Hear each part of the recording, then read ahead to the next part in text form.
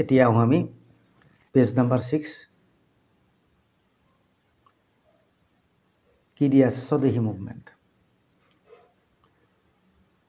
যেতিয়া lord কাৰ্জনে 19 July 1905 when Lord Curzon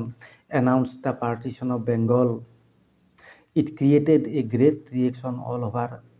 among the nationalist leaders of Bengal. They understood the conspiracy of the British government and started anti-partition propaganda among the people. Chaba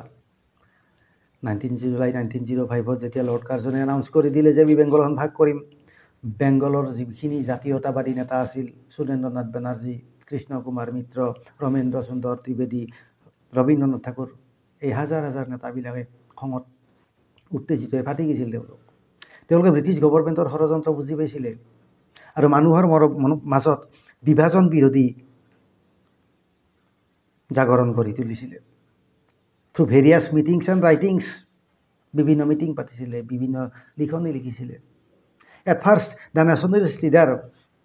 started a signature collecting campaign how many people actually wanted partition and in one day 70,000 Indians signed on protest paper in against the partition of Bengal আৰু 70,000 ভাৰতীয় একেদিনাই sign কৰি দিছিল যে আমি partition নিবিচাৰো and placed it before in the hands of the Secretary of State for India Herbert Hoover place কৰি দিছিলে but the British government second paragraph of page number 7 or second paragraph of but the British government was adamant like akor gos koru uchu koribe ki korbi tinte as a result the anti-partition mentality started growing among the Bengali people bilakor manot ki hol anti-British feeling to humai gol মানুহ বিলাকে বুজি পাইছিল যে lord কাৰ্জনৰ বহুত ৰিয়েকশ্যনৰে পৰিছিল তেওঁলোকে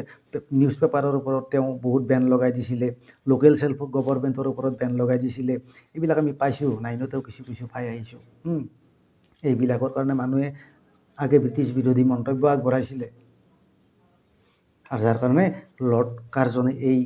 complete প্ৰচেছত হিন্দু বেংগলীবিলাকৰ মাজত বা মুছলিমবিলাকৰ মাজত ডিভিজন আনিব বিচাৰিছিল এণ্ড তাতে আমি এটা লাইন পাওঁ this movement means কি the anti-partition movement যেতিয়া ব্ৰিটিছ গভৰ্ণমেণ্টে প্ৰথম এনাউন্স কৰিছিল মই কৈছোঁ anti-partition movement হৈছিলে বিভাজন বিৰোধী আন্দোলন হৈছিলে and this anti-partition movement became famous as Swadeshi movement because it was publicly recommended that the Indians would use homemade goods made by the Indians and boycotted the foreign goods by British goods এই anti-partition মুভমেণ্টক আমি কি বুলি জানো বিভাজন বিৰোধী আন্দোলন বুলি জানো স্বদেশী আন্দোলন বুলি জানো কিয় যে ইণ্ডিয়ানছবিলাকে কি ডিচিশ্যন লৈছিলে যে তেওঁলোকে ভাৰতবৰ্ষত উৎপাদিত হোৱা সামগ্ৰীয়ে তেওঁলোকে কি কৰিব ইউজ কৰিব আৰু ব্ৰিটিছৰ বস্তু ত্যাগ কৰিব তাৰে তলৰ পেৰেগ্ৰাফত চোৱা গ্ৰেট চেনচেশ্যন ৱাজ ক্ৰিয়েটেড বিৰাট ডাঙৰ উত্তেজনাৰ সৃষ্টি হৈছিল কৃষ্ণ কুমাৰ মিত্ৰৰ এখন আলোচনী আছিল নাম আছিল সঞ্জীৱনী এই সঞ্জীৱনীত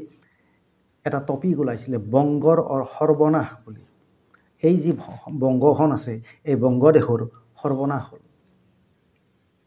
কি সৰ্বনাশ হ'ল ভাগ কৰি দিয়াৰ পিছত হিন্দু মুছলিমৰ কাজিয়া লাগিব গতিকে সৰ্বনাশ এনেকৈ আহিয়ে গ'ল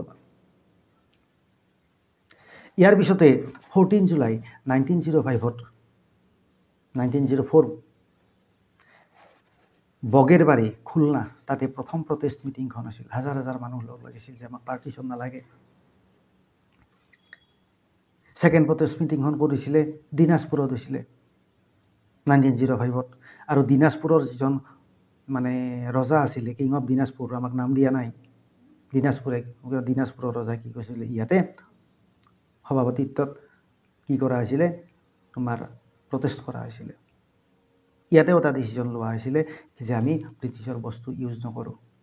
মই একচুৱেলি ইংৰাজী গোটেইখিনি কৈ দিব পাৰোঁ কিন্তু কথা হৈছে কি তোমালোকে বুজি পোৱাৰ সুবিধাৰ অৰ্থে মই মানে এনেকৈ অসমীয়াত কৈ আছোঁ পেজ নাম্বাৰ 8 লোৱা তো সদায় মনত ৰাখিবা তোমালোকে যে যিকোনো আন্দোলন এটা যেতিয়া ষ্টাৰ্ট হয় না তেতিয়া ষ্টুডেণ্ট কমিউনিটিটো কিন্তু সাংঘাতিক ৰূপত সিহঁতে মানে পাৰ্টিচিপেট কৰে দেই আজিৰ পৰা কিছু বছৰ আগতে আমাৰ ইয়াতে কা আন্দোলন বুলি কওঁ সেকা আন্দোলন হৈছিলে দেখা পাইছা হাজাৰ হাজাৰ ষ্টুডেণ্টে পাৰ্টিচিপেট কৰিছিলে আৰু এই আন্দোলনটোত কি হৈছিল ষ্টুডেণ্ট কমিউনিটি বাৰুগৈয়ে পাৰ্টিচিপেট কৰিছিলে আৰু সেই সময়ত ৰিপন কলেজ বেংগলত যিখন ৰিপন কলেজ নামৰ কলেজ আছিলে কেলকাতা ৰিপন কলেজক আমি বৰ্তমান সুৰেন্দ্ৰনাথ কলেজ বুলি জানো তাৰে শ ষ্টুডেণ্টে ক্লাছ নকৰাকৈ ৰাস্তাত প্ৰতিবাদ সাব্যস্ত কৰিব আহিছিল ইয়াৰ পিছতে 7 আগষ্ট 1905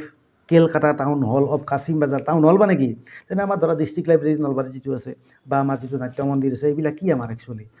টাউন হল বুলি কওঁ ইয়াত বিভিন্ন মিটিং সভাবিলাক হয় আৰু কাছিম বাজাৰতো কেলকাতা টাউন হলত তোমাৰ কি হৈছিলে মহাৰাজা মনীন্দ্ৰ চন্দ্ৰ নন্দীৰ সভাপতিত্বত under the presidentship of Maharaja Manindra চন্দ্ৰন a huge public meeting was held and in against the partition of Bengal পাৰ্টিশ্যনৰ বিৰোধিতা কৰি বিৰাট ডাঙৰ প্ৰতিবাদী মিটিং এখন হৈছিল On that day, thousands of students took part in this meeting and they sang the song He Bongo Janani, Sarno Prahavini, written by Mukunda Das. Mukunda Das কি আছিল একজন বিৰাট ডাঙৰ পেট্ৰিয়টিক দেশপ্ৰেমিক আছিল তেওঁ বেংগল পাৰ্টিশ্যন কৰিব শুনি তেওঁ মেণ্টেল হৈ গৈছিল তেওঁ গান ৰচনা আৰম্ভ কৰিছিল তেওঁ কি লিখিছিল হে বংগজনী বংগমাতা তুমি সদায় সনা জন্ম দিয়ে থাকা এনেহেন দেশ এখনক আমাৰ ভাঙবা ওলছি এতিয়া কি হ'ব আমাৰ আৰু সেই গানটো কি কৈছিল ষ্টুডেণ্টবিলাকে গাইছিল ৰবীন্দ্ৰনাথ ঠাকুৰে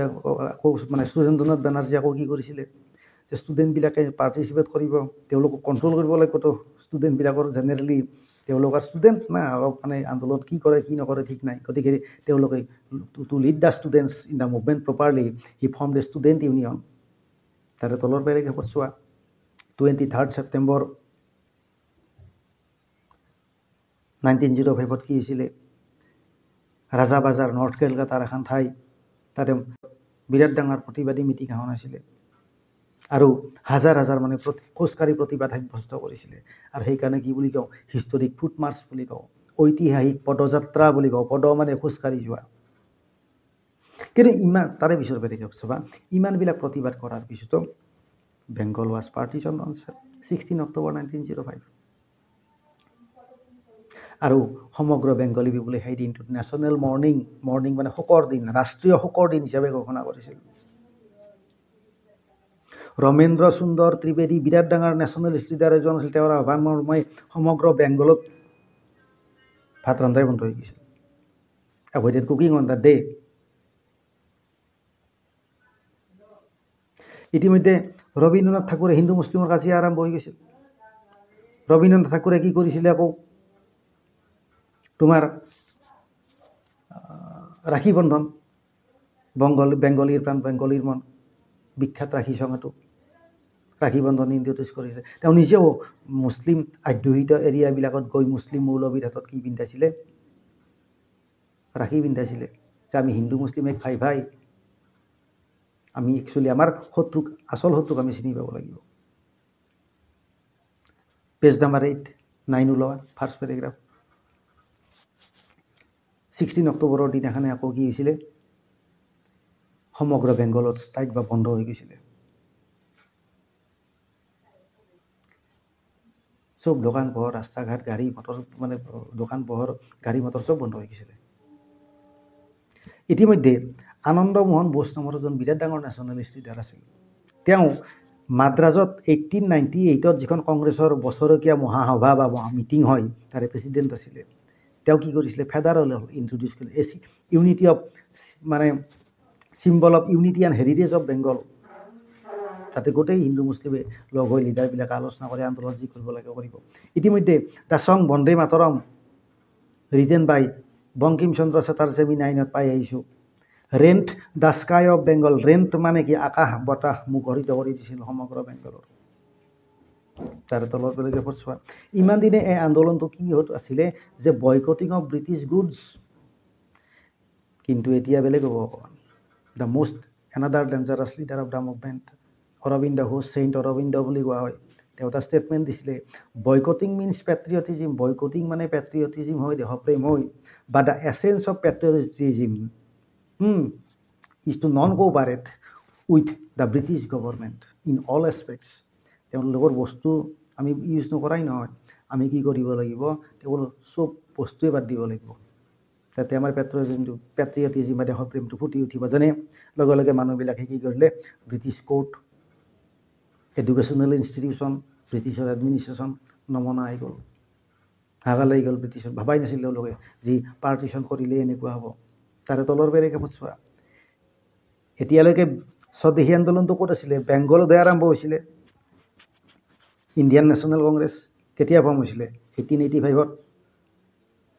তেওঁলোকে এতিয়ালৈকে একোই মাত মাতা নাছিল কিন্তু 1905 যেতিয়া পাৰ্টিশ্যন কৰি দিলে বেংগলত ভাগ কৰি দিলে ইয়াৰ বহুত লিডাৰে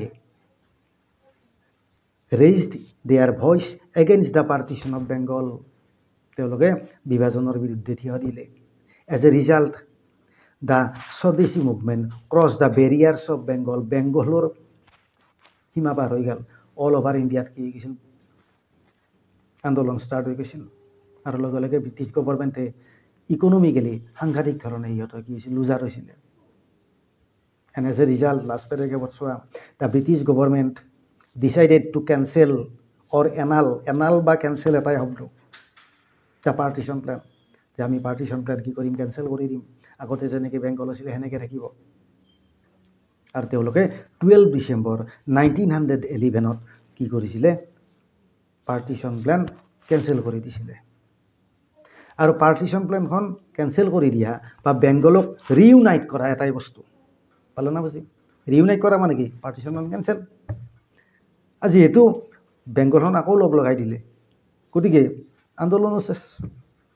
স্বদেশী আন্দোলন শেষ হৈ গ'ল কিন্তু আন্দোলন শেষ হ'ল এই পাৰ্টিশ্যনক লৈ আমাৰ কি হৈছিলে স্বদেশী আন্দোলন হৈছিলে আৰু স্বদেশী আন্দোলন চলি থকা পিৰিয়ডত সমগ্ৰ ভাৰতবৰ্ষত বহুত চেঞ্জ আহিছিলে যাক আমি ফলাফল কনচিকুৱেঞ্চ বা ৰিজাল্টছ বুলি কওঁ ইয়াৰ পিছৰ ক্লাছত মই একফালৰ পৰা সেই কনচিকুৱেঞ্চ বা ৰিজাল্টছবিলাক আলোচনা কৰি যাম ধন্যবাদ